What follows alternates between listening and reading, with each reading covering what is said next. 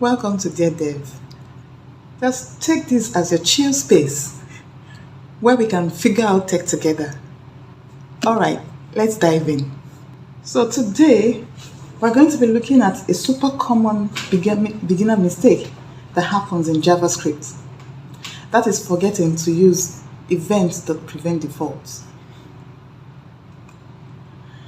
So sometimes you find yourself, you have written your code, you are running it and it's not working as you expect it to work.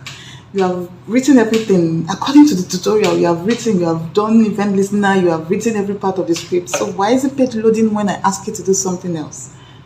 There is a likelihood that you have forgotten to use event.preventDefault.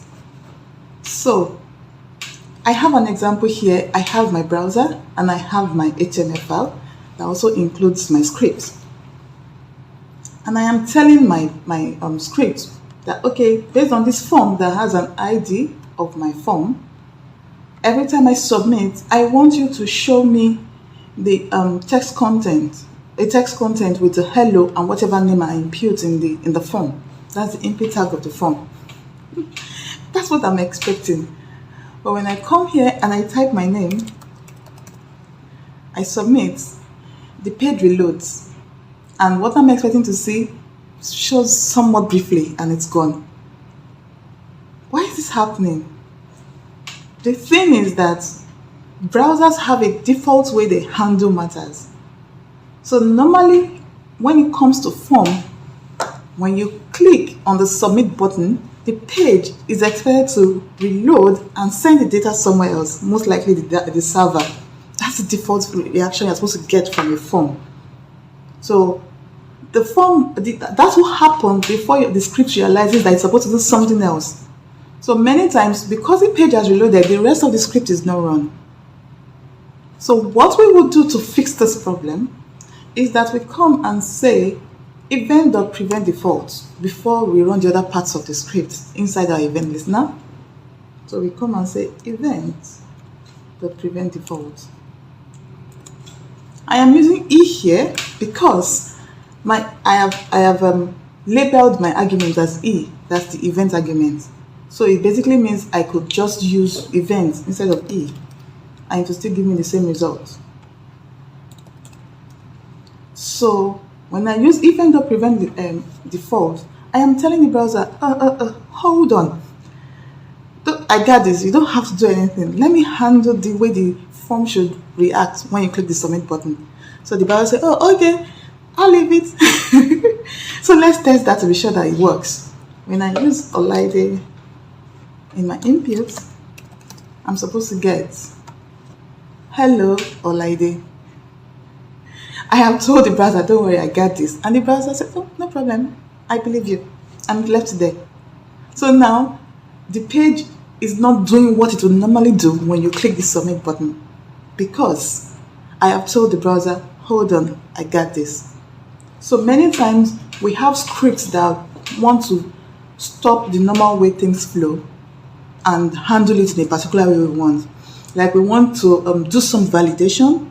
We want to when people maybe enter their name, we want to be sure that the names that they're entering are not numbers. Or when people enter their phone number, we want to be sure that the phone number are actually phone numbers and not email addresses.